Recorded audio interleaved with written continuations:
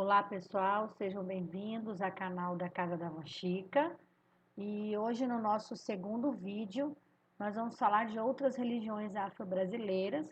Na verdade, não vou falar de todas, mas as mais conhecidas, né, as mais cultuadas aqui no Brasil.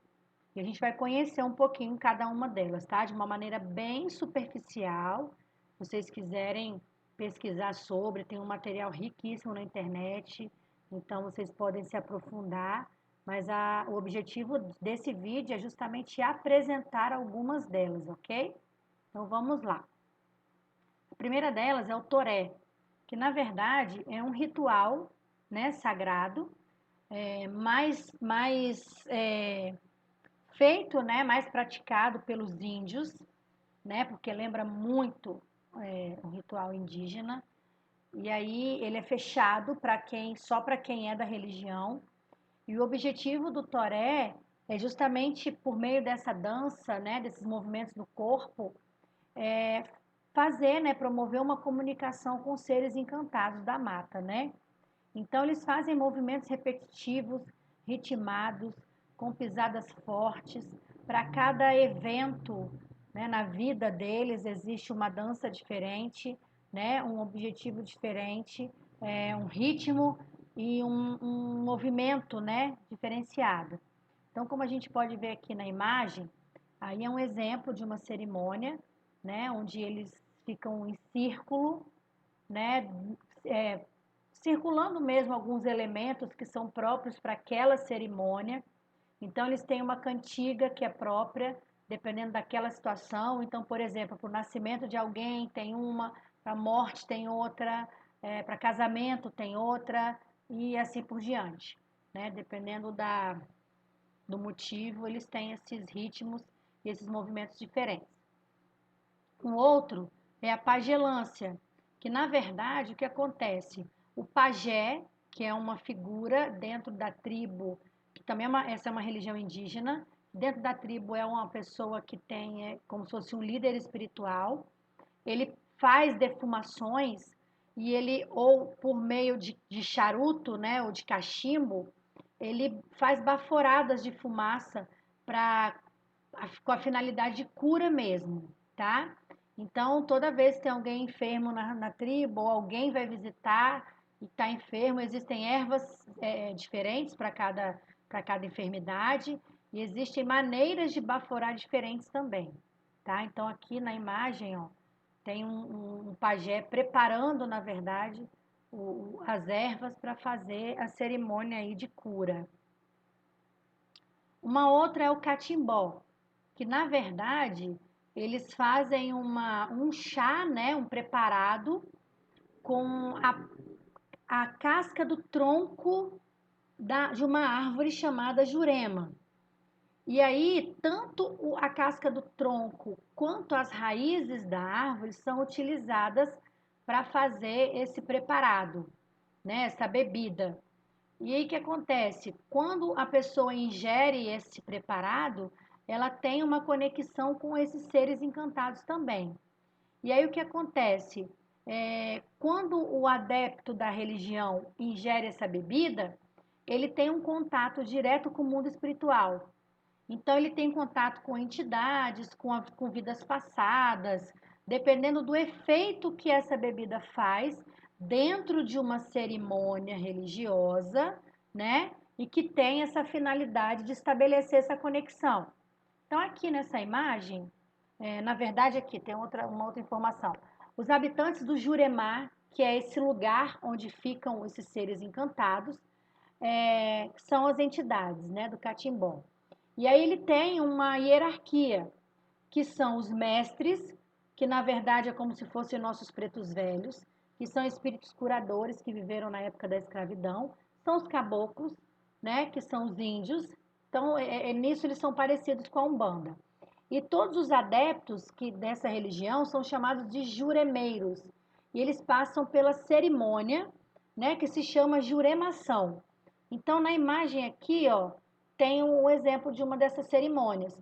Essa árvore no meio aí é a jurema, né, onde representa aí a árvore sagrada. E essas pessoas estão se preparando para ingerir a bebida e participar da juremação. Uma outra religião afro-brasileira, que na verdade o candomblé ele é legitimamente africano, e ele cultua orixás e não entidades como a Umbanda cultua, né? A grande força do candomblé é o culto aos orixás. E eles possuem várias nações. Então tem vários tipos de candomblés dentro do candomblé, né? Então eles são reconhecidos por essas nações.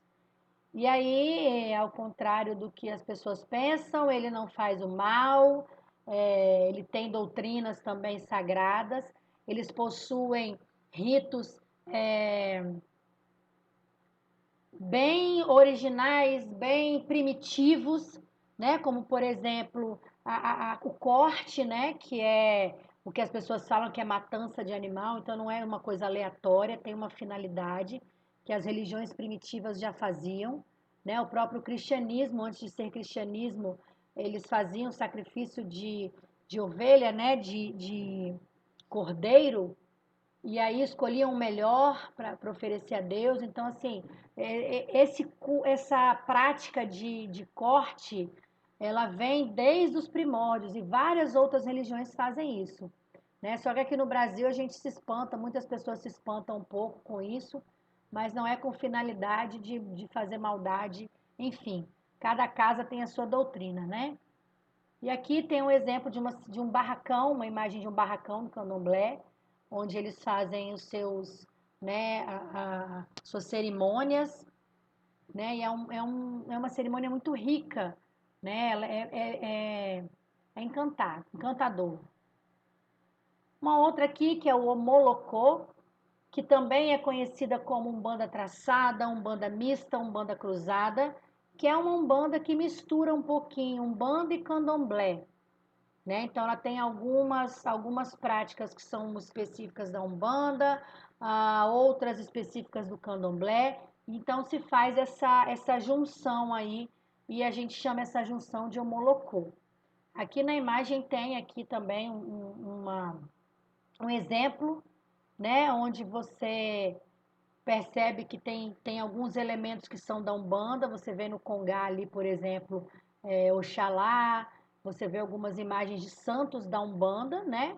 De que na versão, na verdade, católica do sincretismo religioso, que é comum usar na Umbanda. E também tem imagens juntas que são do Candomblé. Então você percebe logo no Congá essa junção entre Umbanda e Candomblé. E para finalizar, nós temos a Quimbanda, que na verdade ela é classificada como uma religião autônoma. E aí o que acontece? Dentro de uma casa de Quimbanda, o lado da esquerda da Umbanda, ele é muito forte. Então, eles trabalham com magia, que também fazem a prática do bem. As entidades deles vêm também das matas, vêm do cemitério, vêm da encruzilhada, do povo da rua. E é como se fosse assim, vou dar um exemplo prático e bem superficial. Numa casa de umbanda, geralmente o guia-chefe da casa, ele é ou um preto velho ou um caboclo, né? É o que se vê mais por aí. Aqui em banda, o guia-chefe da casa é um Exu ou uma pombogira. Então, quem inicia e quem finaliza uma gira, uma cerimônia de quimbanda, é o Exu, chefe da casa, e não um caboclo ou um preto velho, como acontece na Umbanda. E até o santuário, ele é diferente. Quando você entra num terreiro de quimbanda, você percebe nitidamente que ali quem manda é Exu. Então, eu vou mostrar um exemplo aqui, ó. Nessa casa dá para ver nitidamente que é uma casa de quimbanda, porque as próprias paredes, o chão, vem com as cores fortes, né? Que representam o povo da esquerda. Então, é visível esse trabalho de frente com a esquerda, tá? Então, essa é a diferença da Umbanda e da Quimbanda também. E é isso, pessoal. Eu espero que vocês gostem. Nosso objetivo é justamente esclarecer e propagar essa religião maravilhosa, essas religiões maravilhosas, e até a próxima.